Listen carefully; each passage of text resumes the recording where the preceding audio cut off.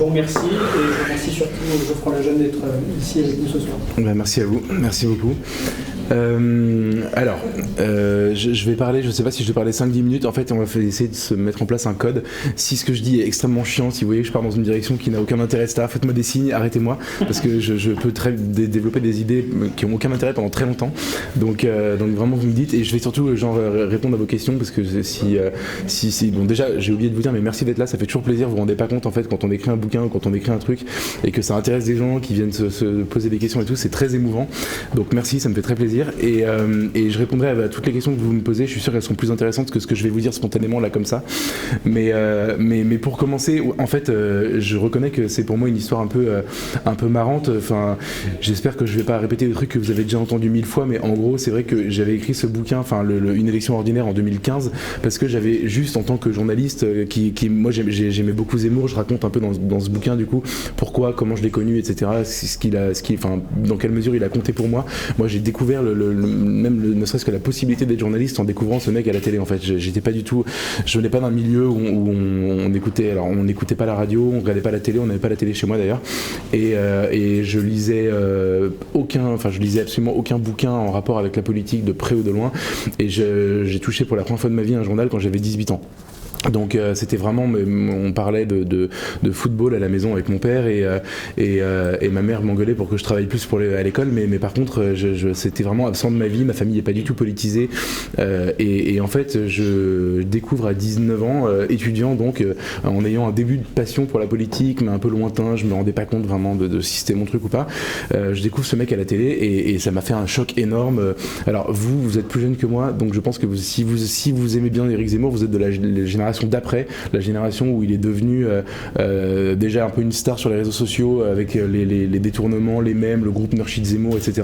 Non, mais je dis ça, c'est très sérieux. Moi j'ai 33 ans, et j'imagine que si vous avez entre 5 et 10 ans moins que moi, en fait vous l'avez connu plus comme ça que moi j'ai connu. C'était la période Ruquier en fait. De ma génération, les gens qui ont mon âge et qui aiment bien Zemmour, on regardait Ruquier le samedi soir à la télé, et on regardait des vidéos, des replays sur internet, ou des vidéos sur YouTube, des compilations, etc. Et en fait il y a eu deux phénomènes de starisation de Zemmour. Ça c'était la première, et vous êtes, je pense, plus dans la génération de la deuxième, et des extraits de Face à l'info, etc. Donc c'est pas le même rapport. Moi je découvre ce mec et je me dis, déjà j'ai envie d'être comme lui, j'ai envie d'être journaliste, donc du coup je vais le voir sur le plateau de Ruquier, je lui dis bonjour, je suis super fan de vous. Entre temps j'avais acheté tous ses bouquins, j'avais lu tous ses bouquins, je découvrais un monde que je connaissais absolument pas, le journalisme politique, etc. C'était vraiment à des années-lumière de ce que je voulais faire, et je lui dis j'aimerais bien faire comme vous. Il me regarde, j'allais dire de haut, quand même pas, mais il me regarde comme ça, mais en me toisant quand même, en me disant ce métier est mort, c'est terminé, vous n'avez aucune chance de réussir, on n'embauche plus personne, et puis de toute façon il y aura plus de papier dans quelques années. Enfin le déclinisme zémourien appliqué à la presse écrite, quoi.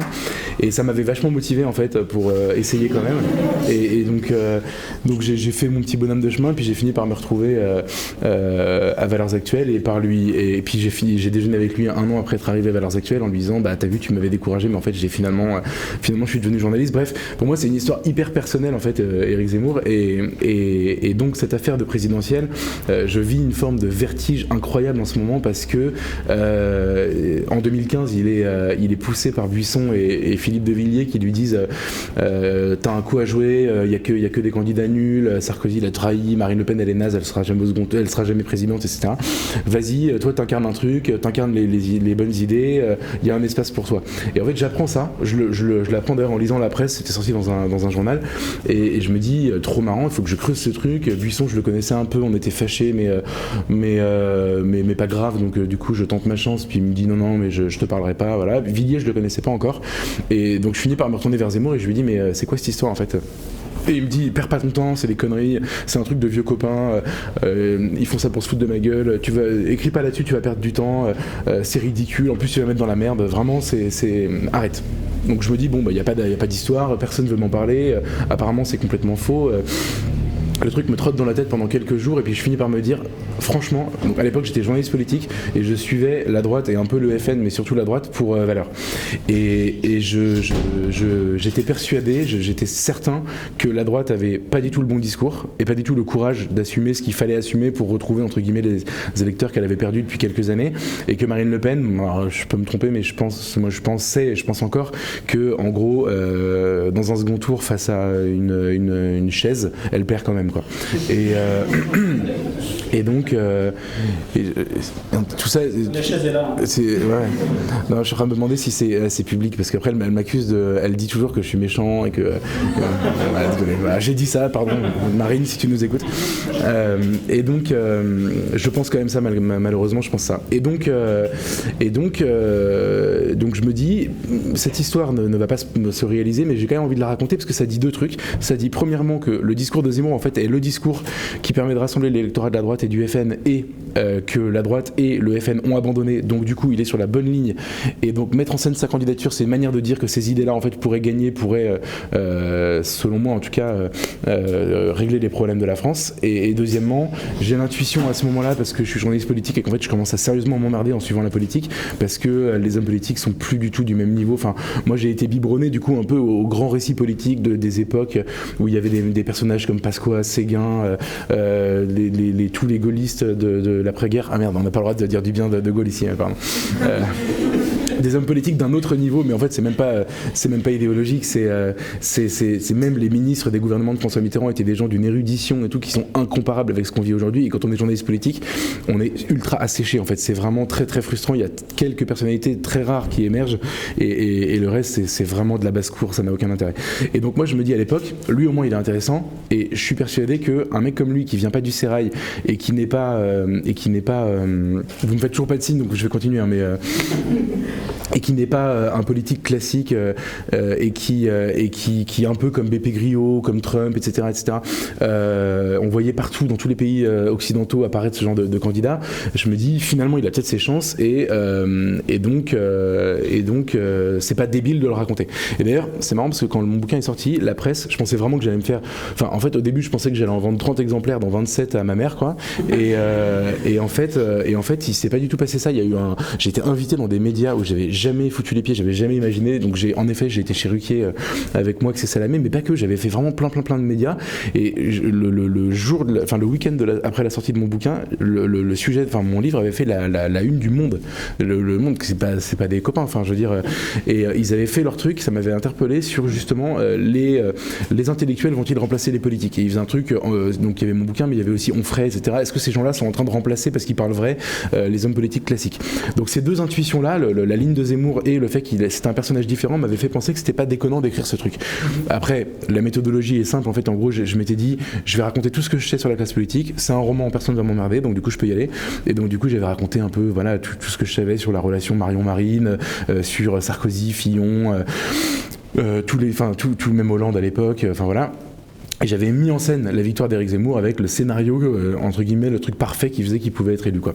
Et en fait, ça donne ce bouquin, qui en plus à l'époque avait pas trop mal marché et qui m'avait valu, entre guillemets, un petit succès d'estime, en tout cas médiatique, quoi. Et puis après, ça devient, donc Zemmour était pas très content, et ce qu'il m'avait demandé de rien faire quand même, et puis il lit le truc quand ça sort, et puis il me dit, franchement, je me suis bien marré, c'est drôle, c'est bien foutu, ça va, tu t'en sors bien, enfin voilà. Et il m'avait dit, par contre, si jamais on me pose la question dans les médias à cause de toi, est-ce que vous voulez faire de la politique, je dirais que je te connais pas, que j'ai pas lu ton bouquin et que c'est des conneries. Et en fait j'ai toutes les fois où je l'ai revu, enfin en tout cas la plupart des fois où je l'ai revu depuis que j'ai écrit ce bouquin, j'ai toujours un peu mis le sujet sur la table. Je me suis toujours dit t'en es où avec la politique, est-ce que t'es tenté, etc. Puis il y a eu pas mal d'étapes que je raconte du coup dans le livre. Je me souviens très exactement des moments des conversations où je l'ai vu changer en fait, donc je les retrace et si ça vous intéresse je vous les raconterai dans le détail, mais et en fait, je vois que en 2015, c'est un non catégorique et qu'en fait, en 2019, c'est...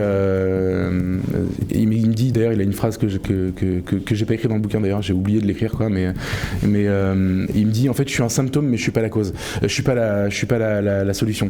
Je suis un symptôme du vide parce qu'en fait, si on parle de moi parce que les politiques à droite sont trop nuls, mais par contre, je suis pas la solution. Moi, tu sais, je suis beaucoup plus utile dans ce que je fais. Il faut que je continue à faire de la télé, à faire des bouquins, à faire des articles, etc. C'est vraiment ça mon métier, quoi, mon charisme.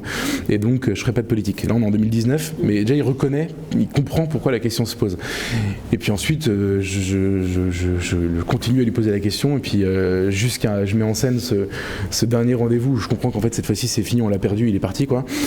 C'était cet été, donc c'était le 14 juillet 2021, où là, pour le coup, j'ai une discussion avec lui, et en fait, je comprends qu'il a pris sa décision, qu'il a une stratégie, qu'il sait exactement ce qu'il veut faire, et qu'en fait, il veut pas y aller pour s'amuser, mais qu'il veut y aller pour gagner, quoi. Et donc, c'est pour ça que j'ai fait ce nouveau texte où j'ai expliqué tout ça, la mue du polémiste au candidat. Je pense vraiment que depuis le mois de juillet, depuis le 14 juillet 2021, je pense vraiment qu'Éric a une stratégie pour gagner, et en plus de ça, qu'elle n'est pas déconnante. D'accord. Et qu'en fait la poussée, moi j'ai été un des mecs les moins surpris, évidemment j'étais surpris, mais les moins surpris par le passage de 3 à 18% en fait. Il l'a pensé comme ça, alors oui c'était un peu spectaculaire, toutes les semaines prendre 3 points dans les sondages, etc. C'était pas trop prévisible, mais en fait c'était disons la validation de toutes les thèses qu'il avait mûries pendant des années, et sur le fait qu'en fait un mec comme lui pouvait sortir du bois et tout à coup venir perturber le match. Et je dis ça aujourd'hui, à l'heure où il a rebaissé dans les sondages et où maintenant pas mal de gens disent ouais mais non en fait c'est naze et tout, ça va être la honte, c'est n'importe quoi, il fait des doigts d'honneur à tout le monde, il tire sur les journalistes avec des fusils et tout. Je vous signe que en fait ce qu'on est en train de vivre en ce moment est un micro moment de la campagne, et qu'il va il va repartir parce que les raisons sont encore là en fait. Je pense que les raisons de son succès du mois de septembre-octobre sont encore là, et qu'il a de la ressource, il a oublié d'être con le pauvre, et que donc du coup c'est pas terminé cette histoire de candidature Zemmour qui rebat les cartes de la politique. J'ai parlé évidemment beaucoup trop longtemps, je suis désolé, mais... Non, mais c'est très intéressant, et puis vous êtes là aussi pour ça. Alors moi je vais peut-être poser la première question. Qui est une question qui n'en est pas vraiment une, puisqu'on ne sait pas, on n'a pas encore les résultats. Est-ce que vous pensez qu'il peut justement avoir une sorte de campagne un peu à la Macron, c'est-à-dire quelqu'un qu'on moque encore aujourd'hui en disant il n'a aucune chance, il ne va jamais y arriver, justement parce qu'il baisse dans les sondages, et peut-être le voir le soir du premier tour, peut-être pas être en tête, mais en tout cas être présent justement au deuxième tour. Vous pensez que c'est possible, ou alors vous pensez que c'est un fantasme de droitard? Non, je pense que c'est ce qui va arriver en fait. Déjà on vit dans un monde où les fantasmes de droitard deviennent souvent la réalité quand même, donc c'est la petite nouveauté avec les gens qui étaient de droite il y a 30 ans quoi. Mais je pense que c'est ça qui va arriver à mon avis, parce que en gros, je vais répondre sur la comparaison avec Macron. Elle est ultra judicieuse en fait. Je suis désolé, mais pas mal de gens disent oui, c'est horrible de se comparer à ce mec et tout. Non, c'est pas horrible. Il a gagné la présidentielle, donc à cette aune-là, c'est intéressant de comparer. En fait, Macron, jusqu'au jour où il se déclare candidat, personne ne pense qu'il va se déclarer candidat. Quand il se déclare candidat, c'est une surprise quand même. Hollande, le premier, dit, c'est Emmanuel Valls qui m'a raconté ça il y a pas longtemps. Hollande, quand Macron démissionne du gouvernement, il dit mais c'est une bonne nouvelle pour moi, il va faire monter la sauce, et puis derrière ils vont me rallier, ça va être super, etc. Valls m'a raconté ça, il n'en revenait pas, et que Hollande pense ça. Et donc du coup, en gros, pourquoi la campagne de Zemmour est comparable à celle de Macron, c'est parce que déjà, en gros, c'est une candidature qui est accompagnée par les médias. C'est le point de départ. Franchement, on a beaucoup dit à l'époque, oui, Macron il a été poussé par les médias, en un sens c'est vrai, au sens où il a eu une énorme couverture médiatique qui a propulsé sa candidature. Maintenant, moi je défends pas la profession par corporatisme, j'explique juste comment ça marche les médias. En fait, on parle de sujets qui intéressent les gens parce qu'on veut vendre des journaux et faire de l'audience. Donc quand en 2016 tous les journaux titrent sur Macron, c'est parce qu'ils vendent des journaux en fait. Macron en short, Macron avec Brigitte, Macron à Brégon, sur la plage. Et ça, Paris Match a fait ses meilleures ventes à l'époque sur le sujet. Et ben aujourd'hui, qu'il s'agisse de dire du bien ou du mal de lui, on vend quand on parle de Zemmour. Donc on parle de Zemmour en fait. Nous on en dit du bien, d'autres en disent du mal, mais moi j'ai la chance d'exercer mon métier dans d'autres endroits que Valeurs Actuelles, donc je vois un peu la manière dont se fabrique l'information, etc. BFM TV, c'est pas parce qu'ils aiment bien Zemmour qu'ils font des débats sur lui toute la journée, c'est juste parce qu'en fait les audiences décollent, et donc du coup il faut faire un quart d'heure chaque heure sur Éric Zemmour si on veut que l'audience se maintienne. Donc premièrement, c'est une candidature qui vient des médias. Je pense que Zemmour, c'est pas pour être méchant que je dis ça, mais la France périphérique, c'est pas qui c'est. Enfin, je veux dire, personne, l'électorat populaire ne regarde pas trop les chaînes info, enfin même pas du tout les chaînes info, achète peu de bouquins politiques, et encore moins le Figaro, quoi.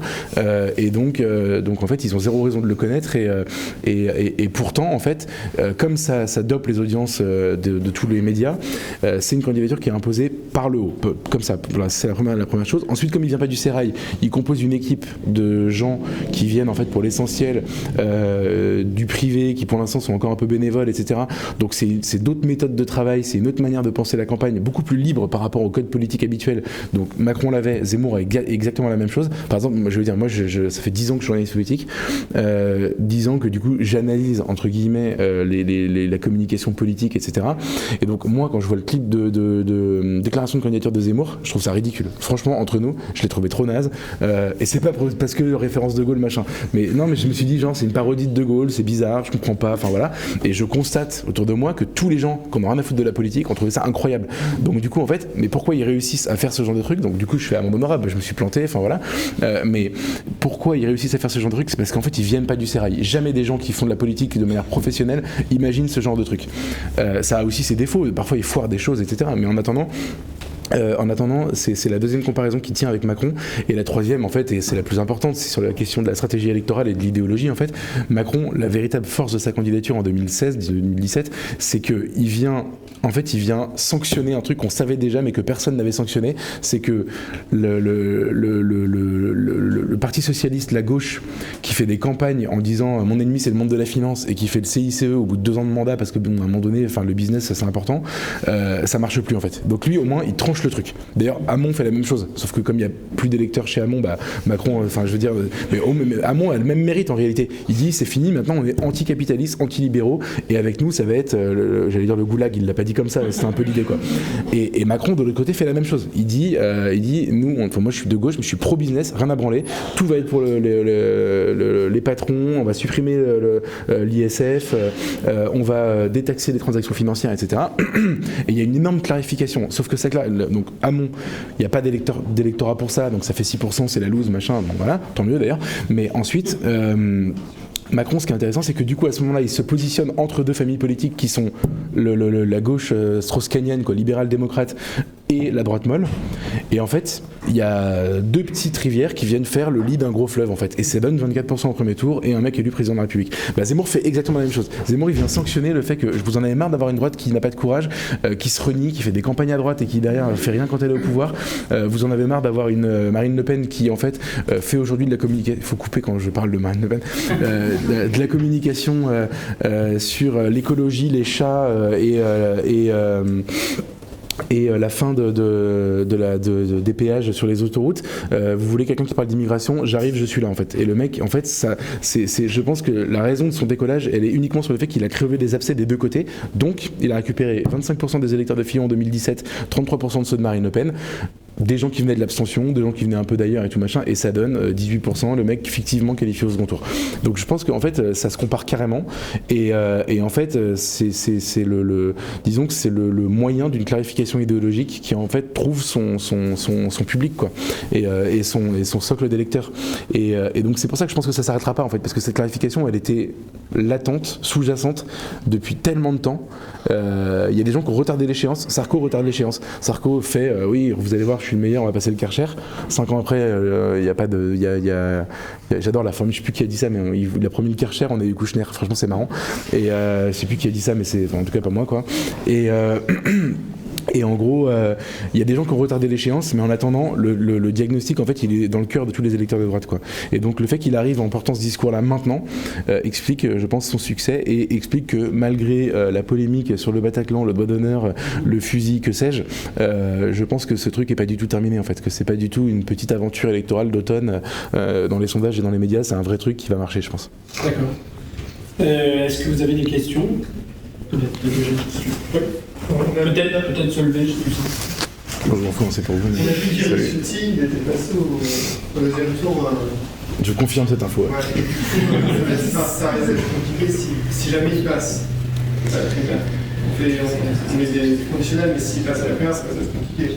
Pour Zemmour? Pour Zemmour, parce qu'ils sont quand même très proches, ça risque de rafler un peu de l'électorat. Ouais, je comprends le raisonnement. C'est marrant parce que depuis tout à l'heure, tout le monde me dit oui, si Ciotti est... Enfin, depuis tout à l'heure, parce que j'ai passé l'après-midi à BFM à commenter ça, en fait. Tout le monde dit oui, si Ciotti est candidat, c'est une très bonne nouvelle pour Zemmour parce que comme il pense pareil, il va lui piquer ses voix. Et moi, je trouve penser plutôt l'inverse, donc je suis content de savoir qu'on est deux, quoi. Mais en fait... Déjà, franchement, je les sais trop intelligents tous les deux parce que Ciotti, contrairement à l'image qu'on en a, c'est un mec vraiment intelligent, cultivé. C'est un énorme bosseur aussi, mais c'est surtout un mec assez érudit et tout. Enfin, c'est limite un peu un intellectuel. Il montre pas cette partie-là dans la partie publique. Il est plus sur un registre un peu bourrin et tout. Mais en vrai, c'est un mec super intéressant. Et donc, je les sais trop intelligents tous les deux, lui et Zemmour, pour rester tous les deux candidats. Autant avec Marine Le Pen, je vous signe qu'il y aura pas de deal et tout machin. C'est deux orgueils qui s'affrontent et ça va finir par, il y en aura un des deux qui va prendre un mur et puis l'autre qui va survivre, quoi. Autant Ciotti est pas fou. Je suis persuadé qu'il aura une discussion avec Zemmour tout de suite. Qu'est-ce qu'on fait, qui se retire, et je sais pas ce que ça va donner, mais voilà. Et ensuite, Ciotti, paradoxalement, il est sondé dans les hypothèses de victoire à la primaire plus bas que tous les autres candidats de la droite, parce qu'en fait, Zemmour prend des points quand Ciotti est candidat, c'est assez étonnant. Je pense en fait que à mon avis, c'est pas une question évidemment, ils pensent la même chose et ils disent la même chose. Je pense que c'est une question comme disait Le Pen, original et copie en fait. C'est-à-dire que si tout à coup Ciotti est le candidat de la droite, en fait, autant voter pour celui qui fait plus, quoi. Enfin, c'est une question de vote utile un peu, je pense. Donc je suis pas, moi j'avoue, je trouve ça incroyable que Ciotti soit en tête ce soir, ça me fait trop marrer, quoi. J'adore et je trouve ça trop bien en fait que les barons des Républicains prennent des baffes comme ça. Ils en prennent à chaque fois, ils comprennent jamais. Non mais c'est extraordinaire. Donc du coup ça me fait marrer. Et alors on n'a pas fait une minute de silence pour Bertrand d'ailleurs. Il faut... mais j'ai la peine pour lui parce que je le connais, comme c'est mon métier, je les connais tous bien et en fait au fond ils sont tous éminemment sympathiques et lui franchement pareil, ça se voit pas mais en fait il est assez sympathique et en fait je sais que je confirme que ça se voit pas. Non mais c'est vrai, c'est bizarre, ça passe pas quoi. À la télévision c'est vraiment bref, mais bon peu importe. Et en fait ça fait, je peux le dire maintenant, ça fait 10 ans qu'il se prépare à être président de la République, le mec. Ça fait 10 ans qu'il travaille, quoi. 10 ans qu'il y a des gens, mais des très nombreux bénévoles qui travaillent à son programme présidentiel. Le truc a été pensé incroyablement. Il y a eu un travail minutieux, à côté par rapport à la préparation de Zemmour, c'est incomparable, quoi. Et en fait tout ça pour terminer derrière Ciotti qui a décidé fin août d'être candidat parce qu'il savait pas quoi faire des 3 mois qui venaient, quoi. Enfin bref, c'est un énorme coup dur pour Xavier Bertrand. On fera une minute de silence à la fin. Ouais, c'est une bonne idée, je pense. Et en fait, je suis en train de réaliser, il y a un micro, vous me filmez de 3/4 et tout, je vais ressembler à une bibliothèque. Exactement. Incroyable. C'est sérieux, hein. On n'est pas gaulliste, mais on a des moyens. Non, mais c'est surtout, je veux bien voir les images après, parce que ça se trouve, je ressemble un peu à Zemmour, candidat, quoi. On pourrait faire notre déclaration. C'est génial. Est-ce qu'il y a d'autres questions? Oui. Oui, continuons de faire la petite fiction. Si jamais il passe au second tour, mais qui ne passe pas, qui espère être élu, comment ça se passe après? C'est-à-dire que soit ça fait pchit, soit, je ne sais pas comment, il réussit à avoir une dynamique et à avoir des idées. Vous pensez que ça va... Alors, j'ai toutes les réponses à ces questions, parce que c'est mon travail, donc je vais vous donner plein d'informations. Non, en gros, il y a encore 6 mois, 5 mois, quand il parlait de sa candidature, etc., il envisageait ça comme j'essaye, et si ça marche pas, je retombe sur mes pattes. Par exemple, il n'a pas démissionné du Figaro, il a pris un congé sans solde. À CNews, il avait la quasi-assurance de pouvoir recommencer ses émissions, etc. C'est j'y vais, je tente mon raid, et si ça marche pas, je reprends ma vie comme avant, en fait. Et aujourd'hui, je sais qu'il pense plus ça. Ça veut dire qu'en gros, je pense qu'il va continuer la politique. Je sais pas ce qui s'est passé, je sais pas pourquoi il a changé d'avis, mais en tout cas, quand il s'est lancé, quand il a commencé à se lancer, il était vraiment dans une optique de pouvoir reprendre sa vie d'avant, et aujourd'hui, c'est plus le cas. Il y a Antoine Diers, le mec qu'on voit à la télé là, qui parle tout le temps à sa place, enfin qui fait porte-parole, quoi, qui a eu une phrase géniale un jour, je sais plus où il a dit ça, mais dans la presse, et je l'ai lu, j'ai trouvé que c'est génial. Il a dit au mieux on sauve la France, au pire on sauve la droite. Ça veut dire qu'en gros, si jamais il se vautre, il aura contribué en fait à faire éclater les deux impostures, en fait, pardon Marine, mais qui sont les Républicains et le Front National, la Rassemblement National, au sens où en gros cette espèce d'impasse électorale dans laquelle la droite est depuis 20 ans, de deux forces qui s'annulent l'une et l'autre, machin, c'est fini parce qu'il est arrivé, et en fait, sauf s'il fait vraiment un score du Dupont-Aignan, quoi, mais sinon, pardon, Dupont-Aignan, mais à moins qu'il se vautre vraiment, je pense qu'il peut provoquer la reconstruction, la restructuration de la droite. Et donc j'explique comment il va faire. En gros, le nerf du truc, c'est... en fait, je pense qu'il faut qu'il réussisse à le faire pendant sa campagne, mais s'il n'y arrive pas, je pense qu'il peut le faire après. Décrocher des gens des Républicains pour mener la campagne des législatives avec lui, décrocher une partie de la droite, ce qui reste de droite dans les Républicains, quoi, décrocher une partie du RN qui en a marre et qui a envie de liquider ce parti parce qu'ils ont compris que c'était devenu un problème, et dealer avec Marion Maréchal. En fait, s'il fait ces 3 trucs-là, mais tout est faisable très facilement. Il y a déjà des mecs des Républicains qui envisagent ça pour après la présidentielle. Il y a plein de mecs du RN qui sont plutôt là. Lui, c'est plutôt lui qui leur dit venez pas maintenant, ça me mettrait mal à l'aise, mais par contre à terme on va bosser ensemble, vous inquiétez pas. Quant à Marion, en fait, je pense que la période de je fais une école, je fais un média par mois et est terminée, quoi. Enfin là, elle en a marre. Moi, je la connais bien. Elle a très envie de revenir en politique et tout, pas spécialement pour faire de la politique, mais parce qu'en fait elle considère que c'est très grave, que la situation est très grave et tout, et qu'il faut se bouger, et que c'est maintenant, quoi. Et donc du coup, pour moi, Marion Maréchal, je peux pas parler à sa place, mais de ce que j'ai compris un peu de ses envies, etc., à mon avis, elle est en train de préparer une stratégie pour avoir des candidats aux législatives d'un bloc Zemmouro-marionien. Enfin, foireux cette expression, quoi, mais vous avez compris l'idée, quoi. Et donc à mon avis, il y aura un deal entre les deux, et il y aura un système, d'ailleurs un peu comme Macron, hein, pour poursuivre la comparaison, un système de labels en fait donnés à des mecs qui viennent du LR, du RN, de Debout la France, de peu importe, en fait, ils auront un tampon, ils feront une affiche de campagne avec la tête de Zemmour ou celle de Marion, peu importe, et genre l'idée ce serait d'avoir un groupe et de peser politiquement, quoi. Ouais, est-ce que vous pensez que Marion choisirait Zemmour au détriment de sa tante?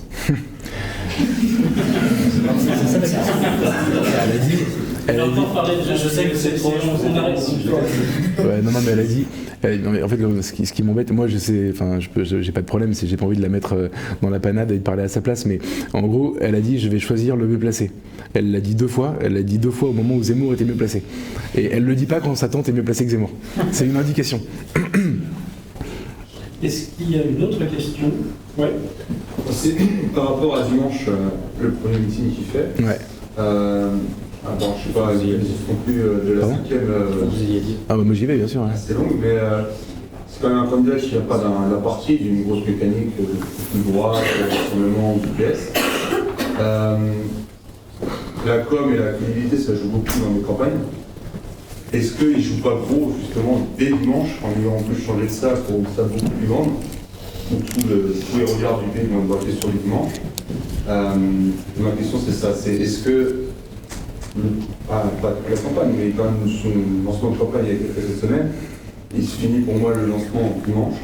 Est-ce qu'il joue gros dimanche dans la communication et dans la crédibilité? Bah oui, enfin je veux dire carrément, mais en fait il prend assez peu de risques. Ça va être un moment très important de sa campagne, mais en fait il prend assez peu de risques. Il a déjà rempli sa salle. Il y aura 20 000 personnes, il y aura même des gens dehors, je pense. Et donc visuellement ça va être très impressionnant.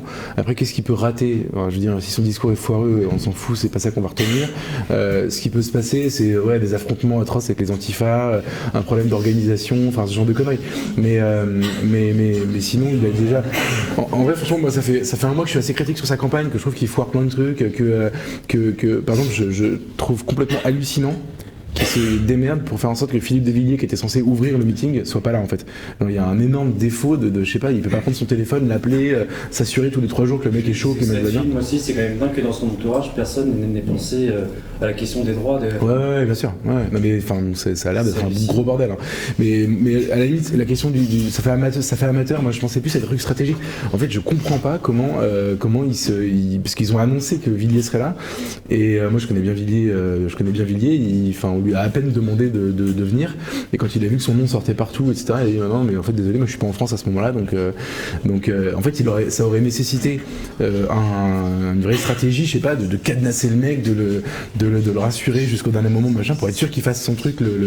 Enfin, moi, par exemple, quand je fais une interview de quelqu'un dans le journal dont je sais qu'il n'est pas très à l'aise de venir dans VA, je lui parle toutes les 5 minutes. Quand Philippe Val est venu me soutenir au procès Obono au mois de juin, je lui ai beaucoup parlé avant, quoi. Enfin, pour être sûr qu'il n'allait pas se défiler au dernier moment, qu'il allait pas flipper, machin. Enfin voilà, je sais pas, c'est normal, quoi. Et en l'occurrence, là, ils le font pas. Donc, tout ça pour dire que du coup, même si il est tout seul, qu'il y a assez peu de gens qui viennent le soutenir ce jour-là et tout. Mais malgré ça, je suis d'accord, mais j'ai réfléchi au truc. C'est quand même des salles où t'envoies 3-4 bons soldats à toi avant qui chauffent bien, qui font des gros discours, et tu finis quand même avec des gens de Sarpan en 2012, par exemple, à des pointes où... J'ai été aussi d'ailleurs. Non, mais je suis d'accord, il y avait 2 Pardieu qui étaient là. Et en fait, non, mais je suis absolument d'accord. Et en même temps, j'ai réfléchi au truc et je me dis, on va retenir, putain, le mec, souvenez-vous, je sais pas si vous en souvenez, mais le moment où les médias ont commencé à prendre Macron au sérieux, c'était en janvier 2017, quand il a rempli, je sais plus quelle salle, c'est où ? Versailles, non ? Port de Versailles. Port de Versailles, ouais. Il y avait 10 000 personnes, je crois. Et là, les gens, en fait, je me souviens très bien, j'étais à BFM ce jour-là, et les journalistes de BFM disaient 10 000 personnes. Vous vous rendez compte ou pas, en fait ? Le mec, il était sous les radars, mais en fait, il fait 10 000 personnes Porte de Versailles. Bon, bah, en fait, dimanche, Zemmour va faire 20 000 personnes à Villepinte. Et je pense qu'on va retenir quand même que ça, quoi. Et du reste, honnêtement, c'est hallucinant comme chiffre, quoi. Je veux dire, il était censé faire le Zénith à 5 000. C'est de la folie. Donc oui, il va manquer plein de trucs, mais la campagne va être longue, il a le temps d'en montrer des soutiens et tout. Enfin, en termes de com, je suis sûr que ce sera une journée réussie. De la même manière que son clip, moi je l'ai pas trouvé dingue, mais bon, genre il a été allègrement commenté, il a eu un gros succès, etc. Même son 20h, tout le monde dit qu'il s'est foiré, moi je trouve pas du tout. Enfin bref, honnêtement, je pense qu'il a plutôt réussi à se relancer avec cette semaine de lancement de campagne, quoi. C'est mon avis, hein, mais voilà, pardon, ouais. Oui, alors est-ce qu'il y a d'autres questions ? Oui. J'ai une question, si par hasard, hypothétiquement, comme vous disiez, il y a des antifas qui viennent, est-ce que tous les radars justement ne seraient pas fixés sur ça et Si. Si, c'est vrai. Bah, d'ailleurs, c'est la bonne leçon de son déplacement à Marseille. Hein. Marseille, en fait, quand tu regardes ce qui s'est passé, c'est incroyable. Moi, j'ai parlé avec des mecs de la sécurité de Zemmour qui m'ont expliqué le truc. Ça, c'est un piège, en fait. C'est vraiment un piège. C'est-à-dire que, en gros, ils envoient leur programme aux journalistes, à la presse locale, en disant voilà, bon, on sera là, on va faire ci, ça, ci, machin et tout. Et la presse locale marseillaise, alors c'est un peu amateur de pas l'anticiper, mais bon, quand même, ça reste des gros enfoirés, quoi. La presse locale marseillaise balance aux antifas, parce que c'est les mêmes gens, en fait. Genre, la presse locale marseillaise, c'est en fait des mini Mediapart, des petits médias, genre Mars Actu, ce genre de trucs. C'est de l'extrême gauche ultra vénère, quoi. C'est pas très confraternel, ce que vous dites ? Ah non, j'ai rien à foutre. Moi, je suis assez peu pro-journalisme. En gros, donc balance le programme aux antifas, histoire d'être sûr que les mecs vont bien être au courant de tout, etc. Et là, les mecs balisent un parcours du combattant avec des bombes partout. Enfin, c'est hallucinant ce qui s'est passé, hallucinant. Et en plus de ça, j'affirme que l'équipe de Zemmour a prévenu la préfecture de Marseille, du coup, en disant ça risque d'être chaud, machin, on sera ici, et qu'il y avait moins de flics que d'antifas. Moins de flics que d'antifa. Donc les mecs ont organisé le fait que ce soit un bordel, en fait. Donc par miracle, il n'y a pas eu de blessés, machin et tout. Mais si la préfecture de police de Paris fait la même chose ce week-end, ça va être l'enfer, bien sûr. Et évidemment, ce sera un fiasco. On dira c'est la guerre civile, regardez, il veut provoquer la guerre civile, bah, il l'a en bas de ses meetings. Non, c'est compliqué. Hein. Mais si, bien sûr, c'est ça qui peut se passer, ouais. Ouais. Alors moi j'ai une question. Étant donné qu'on est entre royalistes ce soir, Pas tous, si, je peux répondre là-dessus. J'avais vu dans l'entretien qu'il avait donné à Thinkerview que Zemmour avait dit contre le journaliste de Thinkerview qu'il n'était pas sûr qu'on ait bien fait de condamner le roi Louis XVI.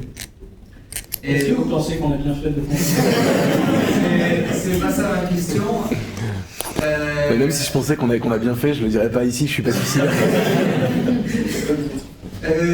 À votre avis, Zemmour, quelle stratégie va opter par rapport au fait d'être république compatible ? Parce que c'est souvent un reproche qu'on a fait à Marine Le Pen, c'est de ne pas être républicaine. Est-ce que lui, il va choisir de se placer complètement hors système, ou alors il va prendre le pari un peu inverse, c'est de dire que c'est lui le plus républicain d'entre tous? Alors, on fait une minute de silence pour Louis XVI ou pas? On va faire une minute de silence à la fin. Non, mais c'est intéressant parce que en fait, Zemmour, c'est un. Alors moi déjà, comme je vais lever toute ambiguïté. En fait, en vrai, je suis pas royaliste. Non pas que je déteste les royalistes. C'est pas mon problème. C'est que comme j'ai eu zéro formation politique dans ma vie, j'ai découvert que ça existait il y a 8 mois, quoi, à peu près. Je veux dire, non mais vraiment, c'est un truc. Je suis étranger complètement à cette tradition politique et à cette idée politique. Et je pense que j'ai jamais lu Maurras. Hein, je vais me permettre de l'affirmer aujourd'hui. Je suis vraiment désolé. Et en fait, du coup, j'ai réfléchi en fait un peu. Si j'ai eu beaucoup de discussions avec Thierry Ardisson, c'est là que s'arrête ma connaissance du royalisme. Le royalisme de combat. Et en fait, du coup, j'ai réfléchi comme un mec qui a pas de référence et enfin, j'avais pas de terrain. J'étais ni pour ni contre. Je savais pas ce que c'était. Et j'ai été convaincu par des camarades, notamment des collègues à Valeurs, qui sont royalistes en fait, que c'était un bon régime et que c'était probablement un meilleur régime que le nôtre. Donc du coup, j'en suis arrivé, mais vraiment, je suis pas passé par le biais ni militant, ni la lecture, etc. J'ai réfléchi en fait à une idée politique. Bon, moi, on s'en fout, c'est pas le sujet. Zemmour, en fait, il faut comprendre que du coup, mais je parle de moi pour expliquer pourquoi lui, il est républicain.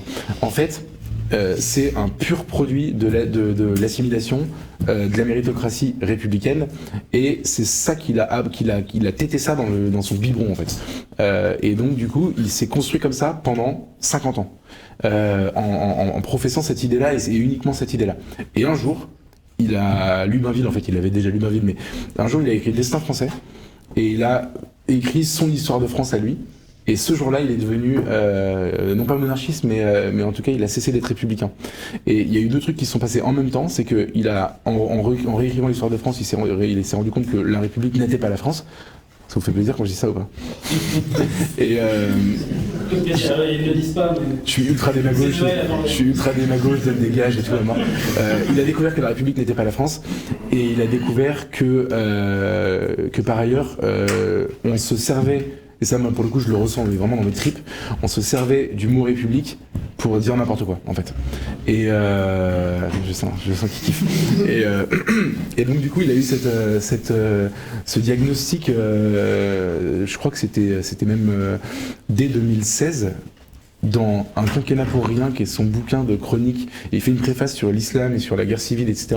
Et dedans, il dit, j'en ai rien à foutre de la République, elle peut être islamique, ça restera la République, moi ce qui m'intéresse, c'est la France. Donc du coup, en fait, je pense que pour lui, la monarchie, c'est l'histoire de France, en fait, genre, ça s'arrête là. Je pense pas qu'il ait d'affinité, qu'il ait pas envie de rétablir le roi, etc. Peu importe, c'est pas son sujet. En revanche, il a décidé, et donc la réponse est dans son vous avez peut-être noté, sa déclaration de candidature, où il conclut en disant vive la République et surtout vive la France. Et en fait, la doctrine de Zemmour sur le sujet, c'est ça. C'est la République, c'est notre régime actuel, et il n'y a pas de raison de s'en séparer pour l'instant. Enfin, lui, il voit pas d'urgence à ça, quoi. C'est pas du tout son truc. En revanche, il met la France avant. Ce que plus personne ne fait, en fait, aujourd'hui. D'ailleurs, moi, ça me fait marrer, parce que quand j'entends pas, souvent dans les débats que je fais, j'entends parler de la République. En fait, c'est un mot valise qui veut dire gentil, en fait. Aujourd'hui, maintenant, républicain, ça veut dire gentil, républicain ça veut dire acceptable, ça veut dire... Et quand tu regardes ce qu'est la République, c'est amusant j'aimerais bien, d'ailleurs la prochaine fois que je fais un débat et qu'on me parle de il faut être républicain et tout, je vais dire mais est-ce que la République était républicaine quand elle interdisait le mariage pour tous et qu'elle autorisait la peine de mort en fait? Parce que ça a été la République ça aussi, enfin je veux dire. Et en gros, du coup je pense que tout ce qu'il veut faire Zemmour peut le faire dans le cadre de la 5ème République. Et après il y a un truc, et là c'est mon petit côté gaulliste qui parle, je suis absolument désolé de vous choquer, mais c'est que la 5ème République du général de Gaulle en fait, c'est là dans la situation actuelle, la vraie quoi, l'originelle, ce serait la panacée quoi, ce serait extraordinaire par rapport à ce qu'on vit aujourd'hui. Enfin je veux dire aujourd'hui c'est la décadence et en fait c'est probablement, et d'ailleurs de Gaulle, et là on va tous se réconcilier, était un grand maurassien, en tout cas un grand lecteur de Maurras, et en réalité je pense qu'au moment où il dessine ses institutions, il dessine une monarchie en fait, c'est tout, c'est aussi simple que ça. Et je pense que Zemmour pense la même chose que moi, et en fait pour terminer sur lui, j'avais posé la question en lisant Destin français du coup, parce que je savais qu'il était très républicain, et je lui dis, on fait une interview à Valeurs Actuelles, il vient au bureau et tout, puis je lui dis, mais en fait, t'es beaucoup moins républicain qu'avant. Il fait, oh, vous avez remarqué donc je pense qu'il y a eu ce truc et qui se traduit par le surtout vive la France, qui en fait est l'essentiel du discours. Honnêtement, s'il disait tout ça, je serais le plus heureux du monde, quoi, mais malheureusement, c'est pas le cas. Oui. À titre personnel, j'avais pas mal de réserves vis-à-vis de candidature Zemmour pour des raisons assez concrètes. Je pense que vous êtes accompagné de beaucoup de maurassiens, et Maurras a toujours prôné d'une certaine façon un ethno-différentialisme assez strict. Un ethno-différentialisme à chaque peuple sa terre. Par conséquent, je considère qu'un représentant d'un pays doit être ethniquement et religieusement cohérent avec les composantes historiques de son pays. Pour la question, est-ce qu'un juif séparat peut représenter une France blanche chrétienne? Déjà, la France, elle n'est pas blanche et chrétienne. Hein. Maurras, ça a toujours bien Il était surtout nationaliste, j'allais dire. Non mais en fait, moi j'ai une réponse à cette question. Est-ce qu'un juif séfarade peut représenter une France blanche et chrétienne? Encore une fois, bon, c'est pas le cas, hein, mais voilà. Oui, en fait, le cœur du discours, c'est le cœur du discours de Zemmour, mais en fait, au fond, moi je pense exactement la même chose que lui, c'est l'assimilation. L'assimilation, et je suis persuadé qu'en fait, la France et l'assimilation, enfin l'assimilation c'est la France et que la France c'est l'assimilation. Et enfin, en tout cas, je m'en réjouis. C'est que en fait, à partir du moment que tout se joue sur la capacité d'abandonner tout ce qui n'est pas français et d'épouser la France. Et je trouve ça infiniment plus beau que l'ethno-différentialisme en réalité. Je pense que ça n'est pas un horizon. Et en revanche, par contre, que justement qu'un mec comme Zemmour, dont les grands-parents étaient algériens, enfin à chaque fois que je dis ça, il me dit non, ils étaient français parce que l'Algérie était française. Oui, pardon Eric. Quelqu'un dont les grands-parents vivaient en Algérie, dont les parents sont venus en France et qui s'est approprié 1500 ans d'histoire ou 2000 ans d'histoire et qui aujourd'hui est plus français que les Français, je trouve ça magnifique en fait. J'aimerais bien que ça marche pour tout le monde. Et donc je sais pas si Maurras a écrit ça ou pas, peu importe. En attendant, je pense que non, c'est un modèle très vertueux et que c'est une très bonne nouvelle au contraire. Ouais. Non, juste de remarques en fait. Oui, Maurras n'a jamais dit ça du tout. Maurras, c'était pas confié en dévotion, c'était pas un très très bon catholique, il était le premier à le dire. Ce qui l'intéressait principalement, c'était les espèces de polythéisme antique de la Grèce. Il s'est converti très tardivement d'ailleurs. Sur son lit de mort, non? Voilà, ouais. Donc, voilà, je connais des trucs un peu quand même. Par rapport au sujet précédent, pour comprendre le rapport de Zemmour au royalisme, il y a un truc qui est très simple à comprendre, c'est que Zemmour, l'un des premiers bouquins d'histoire qu'il a lu dans sa vie, c'était le Napoléon de Blainville. Donc il a commencé l'histoire de France par Napoléon. Napoléon, c'est la continuité de la République, avec les mauvais côtés comme les bons. Et il n'a pas grandi avec la mystique des rois de France. Ouais, non, même s'il les respecte, je suis persuadé qu'il a beaucoup d'estime pour le projet des rois. Mais c'est avant tout quelqu'un qui toute sa vie va vivre avec l'idée du bonapartisme. Et ça explique tous ses choix politiques. Et voilà. C'était juste une petite remarque, c'était pas une question. Remarque très intéressante. Il y a eu plusieurs questions. Alors, oui, et après, oui, vous avez. Donc aujourd'hui, Zemmour est candidat et on voit déjà les antifas le bordel dans nos rues. Si demain il est élu, comment ça se passe en France? Ah bah le jour où la police va lui obéir, ça va se passer très différemment pour les antifas, je pense. Non mais en vrai, en fait, les antifas ils font ce qu'on les laisse faire quoi. Moi je suis pas spécialiste du maintien de l'ordre, mais j'ai un copain journaliste qui est spécialiste de ça, qui m'explique comment ça marche. Quand tu veux que les antifas viennent éclater les Champs-Élysées pendant les manifs de Gilets jaunes, tu laisses faire. Et quand t'as pas envie, tu laisses pas faire en fait. Et quand tu veux que les antifas viennent perturber un déplacement de Zemmour pendant 2 jours à Marseille, tu laisses faire. Et quand t'as pas envie, tu laisses pas faire. Étonnamment, Macron, il est très tranquille quand il va à Marseille. Bon bah voilà, en fait, pour moi c'est une question de quel est l'ordre politique qui est donné en fait. De la même manière que les gilets jaunes, moi j'ai jamais tapé sur les flics au moment des gilets jaunes, alors qu'ils leur massacraient, qu'ils leur mettaient un peu la misère quand même. Mais en fait, le seul coupable pour moi à l'époque c'est Castaner quoi, Macron, Castaner. Mais c'est les ordres reçus sont allez-y les gars, défoulez-vous, là vous prenez aucun risque et vous allez vous faire plaisir. En vrai franchement c'était quasiment ça quoi. Donc on voyait des hordes de mecs, des mecs extrêmement, j'ai oublié le nom de ce genre de patrouille, des mecs assez violents avec des matraques etc. Et la brave ils sont pas en moto? Aussi, c'est... Ah, c'est la même chose, ok. C'était de vous parler peut-être plus de la BAC. Ah oui, c'est ça, les baqueux, on disait les baqueux arrivent. Et qui tapaient dans le tas alternativement, y compris des gens comme moi. Moi, il y a un truc de. Je suis pas un blessé de guerre, mais j'ai failli l'être. Parce que j'ai un truc de LBD qui est passé à ça de ma tête, au niveau de l'œil, quoi. Je pourrais être borgne. Je demande pas qu'on pleure sur mon sort. Hein, ça pas mal de le raconter quand même. Non, mais bref. Donc, du coup, j'ai vu, moi, je suis un mec pacifiste, j'étais avec mon petit calepin en train de prendre des notes et tout machin, et je sais que cette violence a été complètement disproportionnée, mais en fait c'était le résultat d'un ordre politique. Donc du coup si demain Zemmour est président de la République et que les antifas décident d'aller manifester devant l'Elysée, à mon avis il y aura du canon à eau quoi, enfin ça va bien se passer. Est-ce que le cœur de Zemmour n'est pas de vouloir que nous soyons non pas objet de notre histoire, mais sujet de notre histoire? C'est un peu de ça. C'est-à-dire d'assumer et la vocation et la continuité de la France, que notre histoire continue ne soit pas. Et ça regroupe beaucoup de choses. Ça regroupe. Et surtout, mais peut-être il ne le dit pas assez nettement, c'est restaurer notre liberté, notre vocation à être. Et la liberté, bon, de choisir notre histoire, en tant que chrétien, de choisir entre le bien et le mal. Et là, je pense qu'il y a un point fort qui pourrait rassembler, au-delà de sa sphère, il pourrait rassembler bien sûr du côté des féministes, du côté des. etc., mais même au-delà. C'est-à-dire que c'est un refus de disparaître. C'est là le point fort, me semble-t-il, un refus de disparaître parce que les autres l'ont décidé, alors que nous ne l'avons pas décidé.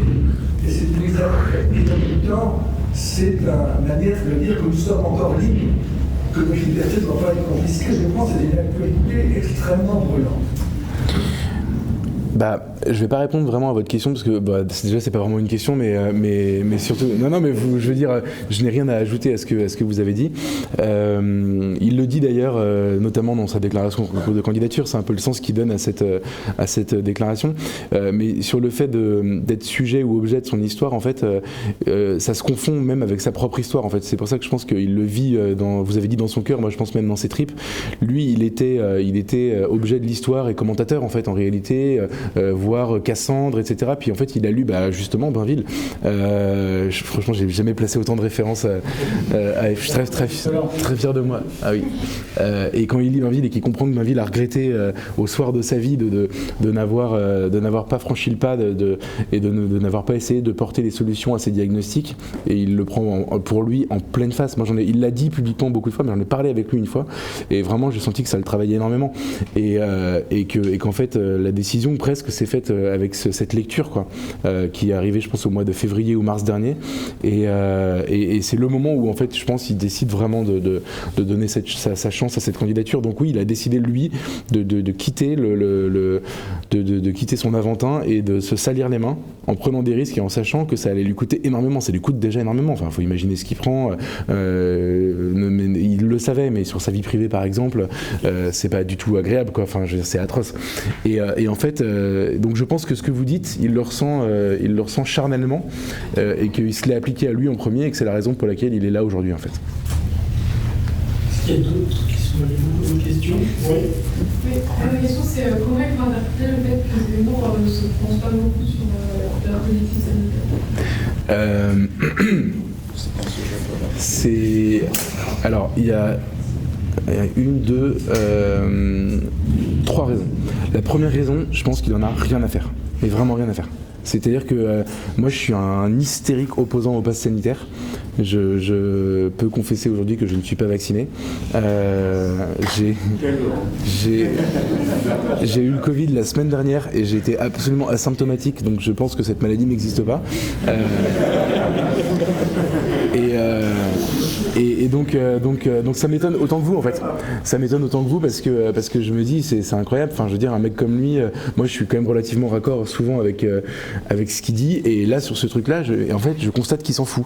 D'ailleurs ça m'a fait rire parce que je l'ai croisé complètement par hasard dans la rue fin août. Je revenais de vacances et lui aussi. Il sortait de la piscine et puis on s'est croisés dans la rue quoi.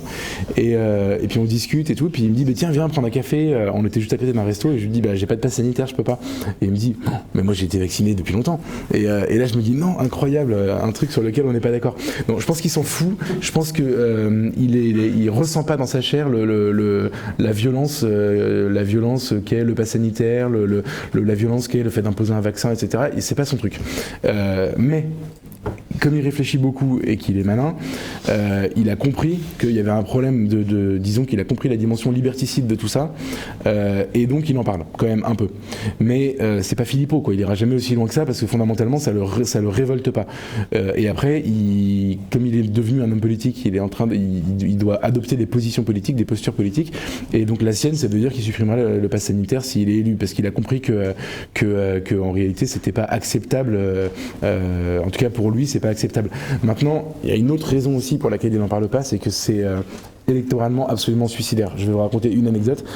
Philippot qui fait des manifs depuis... je me demande s'il faisait pas des manifs... Ouais, je me demande qu'il n'a pas fait des manifs avant même que le Covid existe quoi. J'allais énerver. Et honnêtement, moi je le trouve courageux dans son combat. J'en ai discuté avec lui en septembre. Je finis par lui dire, mais en fait, qu'est-ce que tu tires comme bénéfice à tout ça? Il me dit, ah mais aucun.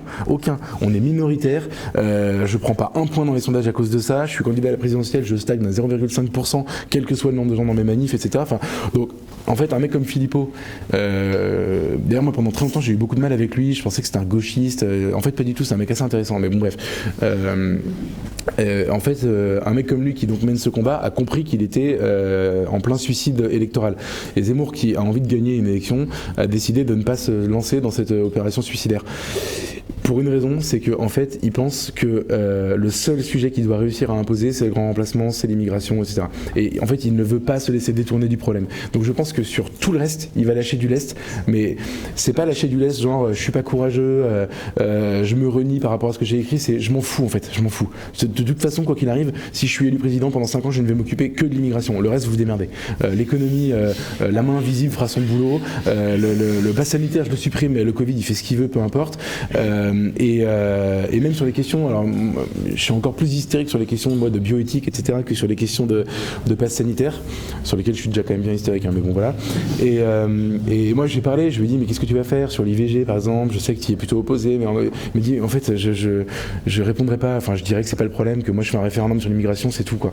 Donc il y a vraiment cette stratégie d'essayer d'imposer son thème, de tenir son truc, et comme en plus il n'y a pas un tropisme incroyable, notamment donc sur la question sanitaire, parce que c'était la question qui était posée, faut pas attendre de lui qu'il monte sur les barricades à côté de Philippot et Francis Lalanne, quoi. Ça n'arrivera pas.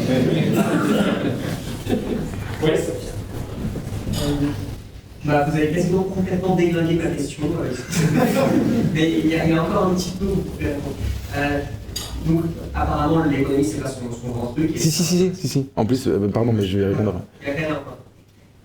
Mais la question, c'est est-ce qu'en fait, il n'est pas en train de nous faire un PNL sans les skins fous? C'est quoi PNL déjà, j'ai oublié? C'est une partie libérale. C'est un groupe de rap en fait. J'avais plus le groupe de rap en fait. Ils sont quatre, et en gros, c'est libéralisme et réimmigration.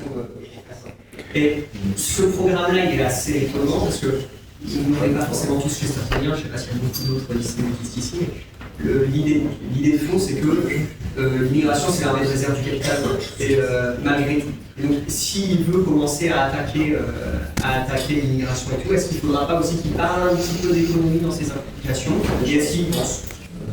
En fait, alors déjà je vais répondre à sa place sur la question économique. En fait, paradoxalement, c'est sa vraie grande passion. En fait, je lisais un bouquin sur Zemmour il n'y a pas très longtemps, un mec qui est un bouquin incroyable qui s'appelle Le Radicalisé. Mais en fait, le bouquin est génial parce que le gars a fait une enquête de dingue sur toute la vie de Zemmour. Moi, j'ai appris plein de trucs alors que pourtant je le connaissais bien. J'ai écrit 2 livres et tout. Enfin voilà. Et j'ai appris plein de trucs. Et en fait, on découvre que à Sciences Po, il a eu sa meilleure note, il l'a eu en économie et en histoire, il était beaucoup moins fort que ça. Et moi, il m'a toujours dit Zemmour que c'était sa vraie passion. Il lit des énormes bouquins. Une fois, il m'a montré un truc de 2000 pages, un monstrueux. Et il se passionne pour ça. Il adore la controverse économique. Quand il était chroniqueur à RTL le matin, François Langlais m'a raconté que à chaque fois il lui sautait dessus pour lui dire ouais mais est-ce que t'as lu ce truc là, qu'est-ce que tu penses de ça, mais t'as vu le FMI et tout. Et c'est un passionné d'économie. Juste en fait, il n'aurait pas fait la même carrière s'il avait décidé de se spécialiser en économie dans les médias. Il est quand même plus connu pour ses positions sur le reste quoi. Ça c'est la première chose. La deuxième chose, par contre c'est intéressant parce qu'il est capable d'en parler pendant des heures. Il est pire que moi pour le coup et si on l'arrête pas il fait des grandes théories etc. Et donc du coup c'est pas par manque d'intérêt qu'il en parle pas, c'est parce que stratégiquement il a décidé vraiment, je reviens sur ce truc, mais de faire la question du grand remplacement l'axe de sa campagne. Et après évidemment qu'il va être obligé d'en parler, mais je pense que déjà le libéralisme de Zemmour, parce que là il est en train de devenir libéral. En fait, il est en train de copier la position d'Orban. C'est ça qu'il est en train de faire. C'est-à-dire le libéralisme à l'intérieur de mes frontières, mais par contre il y a des frontières en fait, et donc du coup ça règle en partie la question de l'immigration armée de réserve du capitalisme. Au sens où en fait, si tout à coup, je pense, j'en ai pas parlé avec lui, j'ai pas lu son programme, je pense que dans sa société rêvée, on apprend aux petits Français à refaire les boulots qu'on a laissés aux immigrés pendant 40 ans. C'est-à-dire que c'est pas déshonorant de faire la plonge, c'est pas déshonorant de faire d'être livreur de bouffe, de Uber Eats et tout. Et en fait, aujourd'hui, le grand argument des immigrationnistes, ou en tout cas des libéraux, des néolibéraux, c'est « Ah, mais qui veut faire ce genre de job ?» En fait, on va le faire. Et par ailleurs, il s'avère que quand ces jobs sont revalorisés, tout à coup, les Français veulent bien les faire, en fait. Je prends l'exemple de Éboueur. Quand j'étais gosse, c'était que des immigrés, voire des clandestins. Et c'est un boulot qui, notamment à la mairie de Paris, est payé maintenant autour de 4000 balles. Et ben, c'est plus du tout des clandestins qui le font maintenant. Il n'y a aucun problème. Il y a des agents municipaux qui sont très heureux de le faire, en fait. Et donc, je pense que là, c'est complètement moi qui parle, pas du tout Zemmour, mais je pense que c'est un peu ça la philosophie. Et par contre, je pense que sa ligne politique, en réalité, c'est Orban. Pendant très longtemps, il a dit je suis marxiste. Et en fait, il a observé ce qui s'est passé. Et à la fin, je pense qu'il a choisi ce positionnement parce qu'il pense que c'est le bon. C'est je mets des frontières, je contrôle les flux financiers, je contrôle les entreprises étrangères qui s'installent, leur fiscalité, machin, je mets la pression. Je contrôle les hommes, parce qu'il y a les capitaux, mais il y a aussi les hommes. Et par contre, à l'intérieur de mes frontières, je fais en sorte qu'on soit plus le pays le plus imposé du monde, quoi. Enfin, ou en tout cas le 4e le plus imposé du monde, je sais plus, mais donc je pense que c'est un peu ça sa philosophie générale. Et de toute façon, quand t'es candidat à la présidentielle, t'es obligé d'avoir un discours économique. Je pense, j'ai encore une fois pas lu son programme, mais j'ai l'impression que ce qu'il a fait, c'est un truc super précis, super technique, etc. sur les questions d'immigration, de sécurité, d'identité, et voilà. Et un programme qui sera un copier-coller amélioré de celui de Fillon en 2017, parce qu'en fait, en gros, il sait que c'est ça que ses électeurs veulent, et voilà quoi. En tout cas, ceux de la droite. Ouais, oui.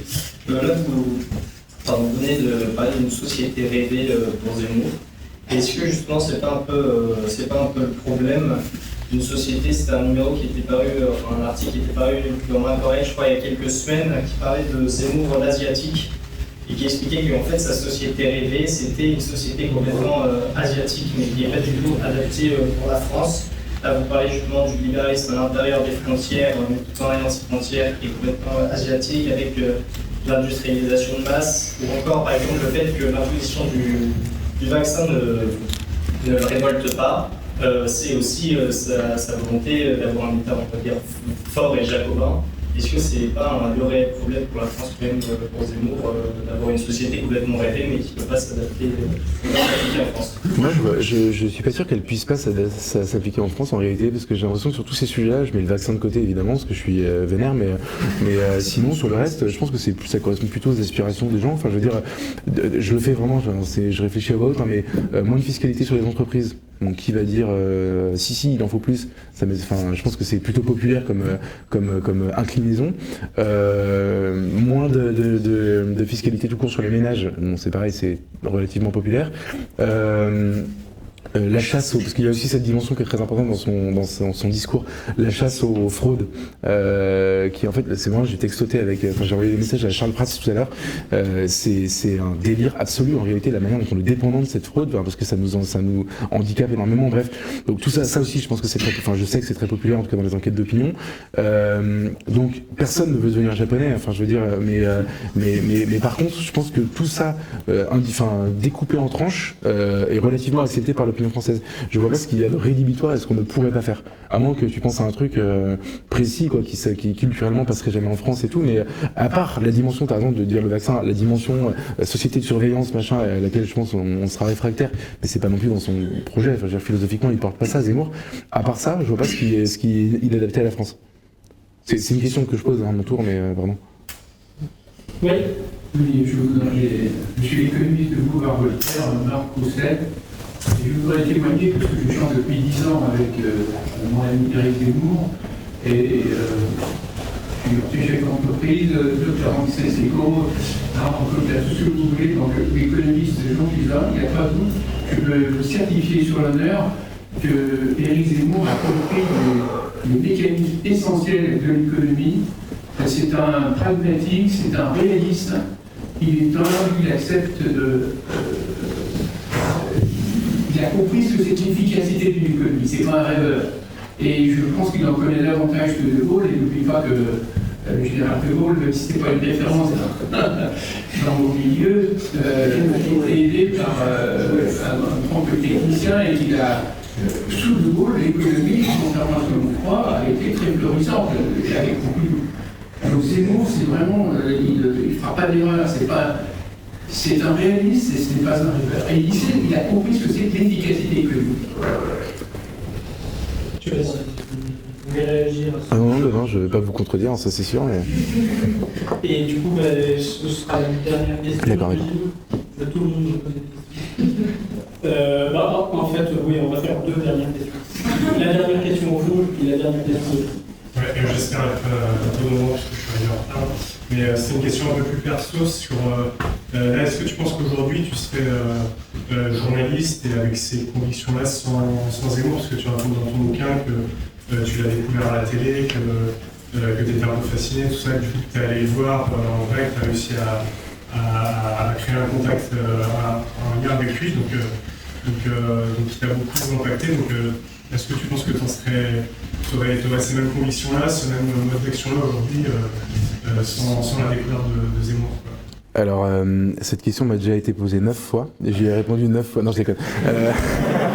Non, mais en effet, en fait, j'aurais pas eu l'idée. Déjà, pour commencer, j'aurais pas eu l'idée, parce que c'est vraiment, je me suis dit, ok, parce que j'avais des intuitions, je n'étais pas du tout politisé, mais j'avais des intuitions, je voyais des trucs quand même, je venais du sud de la France, moi je suis né à Avignon, donc du coup, l'insécurité, j'ai grandi avec, enfin, j'avais quelques idées préconçues un peu sur tout ça, mais en fait, ça n'existait pas dans le débat public. Et un jour, j'allume France 2, et je découvre un mec qui dit la plupart des Noirs et des Arabes sont des délinquants sont des Noirs et des Arabes, c'est un fait.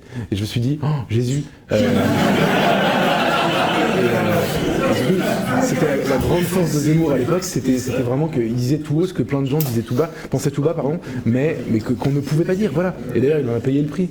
Et donc je me suis dit, non seulement j'ai adoré le mec, et en plus je me suis dit, ce qu'il fait c'est super utile en fait, c'est génial. Donc du coup j'ai eu l'idée comme ça. Et ensuite, après je pense qu'il n'y aura plus jamais un Zemmour, enfin il est beaucoup trop... c'est une alchimie particulière, personne ne peut essayer de l'imiter, machin. D'ailleurs, moi je fais mon métier complètement différemment de lui. Moi, par exemple, mon métier c'est de diriger un journal, lui il a jamais fait ça, enfin voilà, je suis incapable de faire ce qu'il fait, enfin bref. Mais en attendant, j'ai quand même eu l'idée grâce à lui, et non, j'aurais pas été journaliste s'il avait pas été là. Et après, il y a un autre truc aussi, c'est que du coup, j'ai conçu le journalisme quand j'ai eu envie d'en faire comme un truc de combat d'idées en fait, grâce à lui. Donc du coup, je suis assez spontanément allé à Valeurs Actuelles, et dans mon quotidien, j'exerce mon métier de cette manière-là, mais en fait, cette réponse, on est 15 à pouvoir la faire. En fait, tous les gens de ma génération qui sont journalistes aujourd'hui, en vrai, ils l'avoueront pas tous, mais en fait, ils ont tous découvert ils ont tous eu l'idée à cause de Zemmour. Et je suis persuadé que ceux qui sont aujourd'hui, qui ont 10 ans de moins que moi, qui sont jeunes journalistes, machin, j'en vois débouler plein à Valère en ce moment là, ils ont eux aussi un rapport avec Zemmour en fait. Donc non, il a impulsé un truc monstrueux. Enfin, je veux dire. Il a donné un élan incroyable en fait à plein de gens qui vraiment, moi sinon je voulais être footballeur ou comédien, donc j'aurais peut-être galéré dans la vie quoi, mais j'aurais fait autre chose, c'est sûr, je me serais cherché un boulot, j'aurais été comme la moitié de mes potes dans une boîte à la con à faire des trucs qui m'intéressent pas quoi. Et alors du coup, monsieur, vous avez la dernière question. Oui, merci. Je rejoins l'opinion de l'économiste de Boulevard Voltaire, parce que moi-même j'ai dirigé de la recherche économique pendant très longtemps, et j'ai beaucoup regardé, puis je suis en retraite de 7 à 8 le soir, une certaine émission sur CNews où apparaissait notre ami Zemmour. Et je dois dire autant, excusez-moi de mon vocabulaire, autant on entend énormément de conneries, quel que soit le bord politique dans le milieu journalistique, autant je trouve que Zemmour, ça passait très bien. Bon, ça c'est une remarque à part. La question que je vais poser est la suivante. Dans ce que raconte Zemmour sur le fonctionnement économique, il a une vision très pertinente des conséquences d'un certain nombre de turpitudes liées au fonctionnement des institutions européennes. Okay. On connaît ça. L'opinion publique française, d'après certains sondages, nous dit que les Français sont tout à fait conscients que ça décolle avec l'empilement des normes, enfin pour en faire un roman, peu importe, mais ils sont tout de même pour l'Europe. Il va falloir, dans son discours, s'il se met à parler d'économie, vous parliez tout à l'heure de contrôle des capitaux, qui se paye un certain nombre de dispositions des traités européens. Dans le marché unique, il y a la liberté de circulation des capitaux. Je rebondis juste sur ce petit point, mais il y a plein d'autres choses. Alors comment va-t-il s'y prendre pour résoudre ce problème? Déjà, j'en sais rien. Alors, je sais pas comment il va s'y prendre. Est-ce qu'il a un plan en tête? Oui, et si. Enfin, je pense que oui. Et si c'est, mais je le connais pas. Mais je vais vous répondre avec ma connaissance du personnage. En fait, je suis persuadé que se cogner, comme vous dites, un certain nombre d'institutions européennes n'est pas son problème. Mais je pense vraiment, plus je l'observe, plus je vois comment il parle, etc. Quand je discute avec lui aussi, que à mon avis, il ne va s'intéresser, il ne va se cogner les institutions européennes que sur la question de l'immigration s'il a un mandat à faire. Je pense que ce sera sa priorité absolue. Et donc, je pense que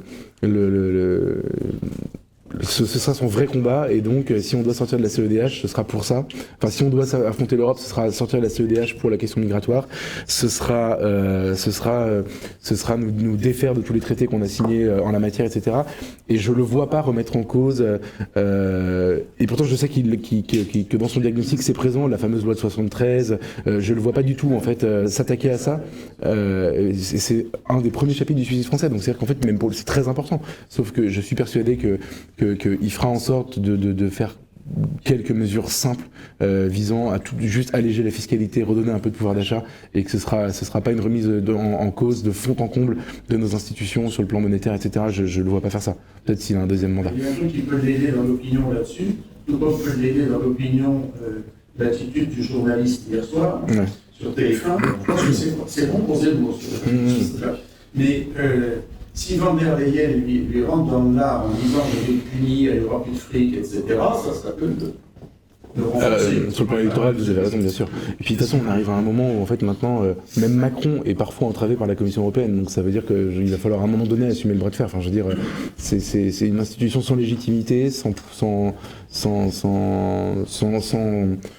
assise populaire pour laquelle les gens n'ont jamais voté. Enfin, je veux dire, il va falloir que ça s'arrête à un moment donné, quoi. Donc ça, mais je pense que c'est sur la question migratoire que ça va exploser en réalité. Notamment parce que je me suis fait expliquer récemment, vous saurez ça mieux que moi, mais que apparemment dans les mois qui viennent, l'Allemagne va avoir besoin de 400 000 personnes de main d'œuvre supplémentaires, si possible pas trop cher, vous avez compris, des immigrés. Et comme ils ont eu besoin de leurs millions de Syriens il y a 6 ans, et en fait, il ne pourra pas y avoir de position européenne commune puisque l'Allemagne veut 400 000 personnes et que nous on n'en veut plus. Donc, ceux qui arrivent en Allemagne, enfin à la louche, c'est plus compliqué que ça. Et ceux qui arrivent en Allemagne ne sont pas exactement les mêmes que ceux qui arrivent en France. Bien sûr. Mais ils arrivent, c'est pas les mêmes gens, mais ils arrivent de la même manière et donc pour nous les conséquences atroces, et les Allemands en ont besoin pour faire tourner leur économie. Donc pour cette raison-là, même Macron, là, quand il va prendre la présidence de l'Union européenne en janvier, il pourra pas avoir de position commune au niveau européen. Donc ça veut dire que en fait l'Europe, j'aime bien la formule de Philippe de Villiers, en fait, elle est déjà morte. Il faut juste qu'on la regarde chuter, et voilà. Mais je pense que, enfin, pour répondre à votre question initiale, à mon avis, le bras de fer de Zemmour se jouera sur la question d'immigration et moins sur les questions notamment monétaires. Écoutez, merci beaucoup. Merci à vous. Merci.